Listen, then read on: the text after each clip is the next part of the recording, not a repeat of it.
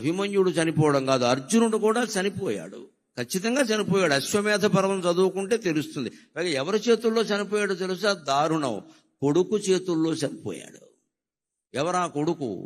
చిత్రాంగదికి పుట్టినవాడు బభ్రువాహనుడు. బభ్రువాహనుడు అర్జునుడిని చంపుతాడు యుద్ధంలో. ఆ యుద్ధం ఆయన కొందెచ్చుకున్నాడు అర్జునుడు. అర్జునుడు పూర్తిగా బతికి లేడండి, చచ్చిపోయి మళ్ళీ పుట్టాడు. ఎవరి వల్ల పుట్టాడు? ఉలూపి నాగకన్య మంత్రం వేసి బతికించింది. ఈ కథకి మూలం ఏమిటంటే, ఇది ఎందుకు ఇలా జరిగింది, అర్జునుడు లాంటి వాడికి కూడా చావు ఏమిటి, మళ్ళీ పుట్టడం ఏమిటి, ఎందుకు జరిగిందంటే ఎవరి కర్మ వారు అనుభవించాల్సిందే. భీష్ముడిని చంపిన విధానం ఎవరికి నచ్చినా ఎవరికి నచ్చకపోయినా చివరికి భీష్ముడికే నచ్చినా గంగాదేవికి నచ్చలేదు, కన్న తల్లి కదా. మా అబ్బాయిని అన్యాయంగా చంపారు, మా అబ్బాయిని అన్యాయంగా చంపారు. 257 సంవత్సరాలు పెళ్లి చేసుకోకుండా, తోడు నీడా లేకుండా, కష్టసుఖాలు చెప్పుకునేందుకు మనిషి లేకుండా రాజ్యత్యాగం చేసి బతికిన వాడిని శిఖండిని అడ్డం పెట్టుకుని చంపుతారా? నా కొడుకు చావుకి కారణమైన వాడు కొడుకు చేతుల్లోనే చనిపోతాడు అని గంగమ్మ శాపం ఇచ్చిందండి. ఇది భారతంలో ఉంటుంది ఖచ్చితంగా. ఆ శాపం అమలు అయింది. పాండవులు జయించారన్న పేరే గాని పొందిందేమీ లేదు. ఇక్కడ మన తెలుగులో కూడా ఒక సామెత, పాండవుల ప్రభుత్వం వచ్చాక మొదటి బడ్జెట్ అంతా కౌరవుల తద్దినాలకు సరిపోయింది. స్పీకర్ గారు ఉండగా చెప్పుకోవలసిన మాట. ధర్మరాజు గారి స్థానంలో ఆర్థిక మంత్రి ఎవరున్నారో కానీ వారు ప్రవేశపెట్టిన బడ్జెట్ అంతా కౌరవుల తద్దినాలకు సరిపోయింది. అందుకని తెలుగులో సామెత, పాండవుల సంపాదన అంతా కౌరవుల తద్దినాలకు సరిపోయిందని. ఏమి సాధించావు నువ్వు ఇక్కడ? ఊరికే గెలిచామన్న పేరు. కానీ అది కూడా అశ్వమేధ పర్వం వచ్చాక మళ్ళీ అశ్వమేధ యాగం చేద్దామని అర్జునుడు బయలుదేరితే అనేక రాజ్యాలకి పంపిస్తారు. అశ్వమేధం లవకుశలో కూడా ఉంది, తెలుసును కదా, పంపిస్తారు. గుర్రం ముఖం మీద ఒక పలకం ఏర్పాటు చేస్తారు. ఎవరైనా మా సామ్రాజ్యాన్ని అంగీకరించిన వాళ్ళు ఉంటే మా రాజుతో యుద్ధం చేయండి అంటారు. అందరూ అంగీకరించారు, దానికేమి ఇబ్బంది లేదు. కౌరవులనే జయించిన వాళ్ళు మిగిలిన వాళ్ళని జయించరా? బభ్రువాహనుడు పాపం వినయ సంపన్నుడు, ఒక్కొక్కడు కష్టాలు కొని తెచ్చుకుంటాడు. అర్జునుడు అంటే అలా ప్రవర్తించాడు. అక్కడ కర్మ, ఎందుకంటే గంగమ్మ శాపం ఆ బుద్ధి అలా పనిచేసింది, బుద్ధి కర్మానుసారనే. ఆయన ఎదురొచ్చాడు, తండ్రిని తెలుసు, చిత్రాంగదగా పుట్టాడు ఆయన. తండ్రిని తెలుసు, నాన్నగారు మీరు వచ్చారు సంతోషం, మీతో నాకు యుద్ధం ఏమిటి, ఇదిగో మంగళహారతి బళ్ళెం పట్టుకుని నేను వచ్చాను, నా రాజ్యమే మీది, మీరు పరిపాలించుకోండి హాయిగా అంటే అర్జునుడు నోట వచ్చిన మాట ఏమరాయ్, క్షత్రియ పుత్రుడివి కాదురా, యుద్ధం చేయకుండా లొంగిపోతున్నావా, నువ్వు నా కుమారుడని చెప్పుకుందుకు నాకు అవమానం ఉందిరా, దా యుద్ధానికి రా అన్నాడు. పని కట్టుకుని తెచ్చుకున్నాడు. వాడు భయంకరమైన యుద్ధం చేశాడు. 2 దెబ్బలతో అర్జునుడు లేచిపోయాడు. అది లెక్క. కాలం కర్మం కలిసి రాకపోతే అర్జునుడైనా ఒకటే, మరెవరైనా ఒకటే ఇక్కడ. అందుకని మన ఇష్టం వచ్చినట్టు మాట్లాడకూడదు. ఎప్పుడు యుద్ధం చేసే సమయాలు వేరు, సంధి చేసే సమయాలు వేరు చేసుకోవాలి. అలా బభ్రువాహనుడి చేతిలో చనిపోవడానికి కారణం గంగమ్మ శాపం. ఆ గంగమ్మ భీష్ముడు చనిపోయినప్పుడు పడిన బాధ మళ్ళీ ఎప్పుడు పోయి ఉంటుంది అంటే ఎన్టీ రామారావు గారు భీష్ముడుగా నటించిన తర్వాత పోయి ఉంటుంది ఖచ్చితంగా. మా అబ్బాయి మళ్ళీ పుట్టాడు, ఎంత అందంగా ఉన్నాడు మా అబ్బాయి మళ్ళీ పుట్టాడు, తెల్లగడ్డంతో కూడా ఎంత అందంగా ఉన్నాడు మా అబ్బాయి అని గంగాదేవి చాలా సంతోషించి ఉంటుంది. రాయలై చిత్ర సామ్రాజ్యము నేనుచో అష్టదిగ్గజ కవులు అవని దిగరే. ఆయన శ్రీకృష్ణదేవరాయలై మహామంత్రి తిమ్మరసులో గాని, తెనాలి రామకృష్ణ చిత్రంలో గాని అనేక చిత్రాల్లో కృష్ణదేవరాయల పాత్ర ధరించి ఇలా అని ఒక్కసారి ఈ ఎడమ చెయ్యి మీసం మీదకి వెళ్ళింది అంటే తెలుగు జాతి మొత్తం పరవశించిపోయే సన్నివేశం అండి.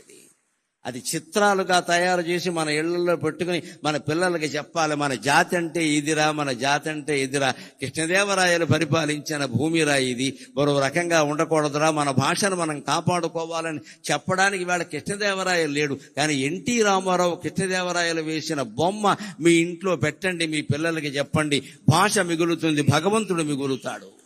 అంతటి ప్రేరణ.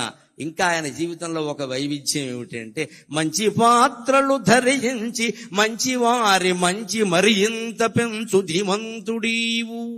రాముడు వేసిన, కృష్ణుడు వేసిన, భీముడు పాత్ర వేసిన, భీష్ముడు పాత్ర వేసిన వారిలో ఉండే మంచితనాన్ని మరింత బాగా చూపించారు. ఎప్పుడు శాస్త్రంలో ఒక మాట ఉంటుంది, అర్థవాదం అంటారు. మన పురాణాలన్నీ అర్థవాదం ప్రకారమే ఉంటాయి. అర్థవాదం అంటే ఏమిటంటే, ప్రజల చేత ఏ పని చేయించాలో దానికి కాస్త నమ్మకాలు అన్ని జోడించి ఘాటుగా చెప్తారు, నాటుకునేలా చెప్తారు. అది పూర్తిగా నిజం కాదు, అది అర్థవాదం. దాని పేరే అర్థవాదం, సగమే నిజమని. కానీ ఎందుకు చెబుతారు అంటే, ఒకడు దుఃఖపడుతున్నాడు, వాడు దుఃఖం పోవాలి. నువ్వు తత్వజ్ఞానం బోధిస్తే వాడికి ఎక్కదు. కానీ బాబు, ఇక్కడ పట్టాపురంలో సత్యనారాయణ స్వామి గుడి ఉంది, రోజు ఒక 100 సార్లు, ఒక 10 సార్లు ప్రదక్షిణం చేయి, ఒక 40 రోజులు ఖచ్చితంగా చేయి. సత్యనారాయణ స్వామి నీ దుఃఖాన్ని తొలగిస్తాడు అంటే, తొలగించకపోవడం సత్యనారాయణ స్వామి బాధ్యత. కానీ ముందు వీడు మనస్సులో ఉండే బాధ సగం తగ్గిపోతుందండి. అది దాని ప్రయోజనం, అది దాని ప్రయోజనం. ఇది అందరూ అంగీకరించే విషయం. దీన్నే పురాణాల్లో అర్థవాదం అంటారు. అది పూర్తిగా మోక్షాన్ని ఇవ్వదు, జ్ఞానాన్ని ఇవ్వదు, కానీ మనిషి దుఃఖాన్ని ఉపశమింపజేస్తుంది. మనం రోగంతో బాధపడుతున్నప్పుడు మందులు వాడుతున్నా తగ్గకపోవచ్చమ్మా, కానీ ఆత్మీయులైన వారు ఎవరన్నా వచ్చి పలకరిస్తే తగ్గినట్టుగా ఉండట్లా. వాళ్ళు వెడుతుంటే, అత్తయ్య రాక వచ్చావు, కాసేపు కూర్చో, 2 మాటలు మాట్లాడు, నీతో మాట్లాడుతుంటే నాకు తగ్గినట్టుగా ఉంది అని అనిపించట్లేదండి. అదే అర్థవాదం.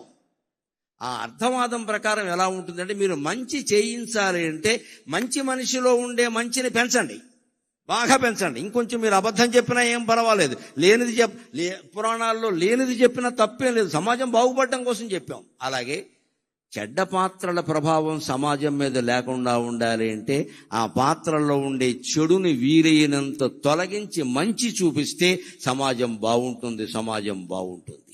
ఇది రామారావు గారి ఉద్దేశం. ఆయన మంచి పాత్రల్లో ఉండే మంచిని పెంచేశాడు. చెడ్డ పాత్రలు ధరించి చెడును కూడా మంచిగా మార్చి పెన్మాయవీవు.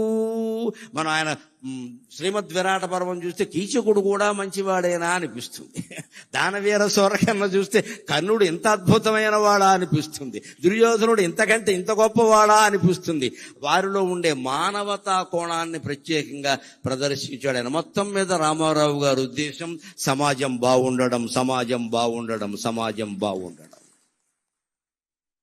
పెంచవలసిన దాన్ని పెంచాలి, నిందించవలసిన దాన్ని నిందించాలి, కొంచెం తీవ్రంగానే చెయ్యాలి దాన్ని. అప్పుడే సమాజం మీద ప్రభావం ఉంటుంది ఖచ్చితంగా. ఇంకొక మాట వారి గురించి మనం చెప్పుకోవలసింది, ఇవాళ ఒక్క సినిమా ఇలా రాగానే పాన్ ఇండియా అనేదో అంటున్నారు, కొత్త మాట. నాకు పాన్ డబ్బాయే తెలుసు, పాన్ ఇండియా తెలియదు. ప్రతి సినిమా పాన్ ఇండియా. మన ప్రాణాలు తీసే సినిమా కూడా పాన్ ఇండియానే.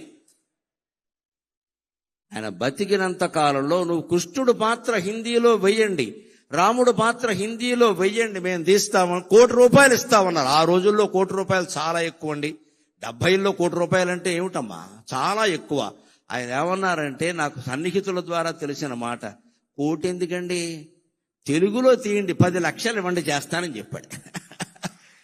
మీరే నిర్మాతలుగా ఉండి తెలుగులో తీయండి, ఇంకా శ్రీకృష్ణుడికి సంబంధించి బోల్డు కథలు రావాలి, రాముడికి సంబంధించి బోల్డు కథలు రావాలి. తెలుగులో తీయండి, నా భాషకి మేలు జరుగుతుంది, నా వాచకం ద్వారా నా భాషకి మేలు జరగాలి, నాకు కాదు అని కోరుకున్న మహానుభావుడండి ఎన్టీఆర్.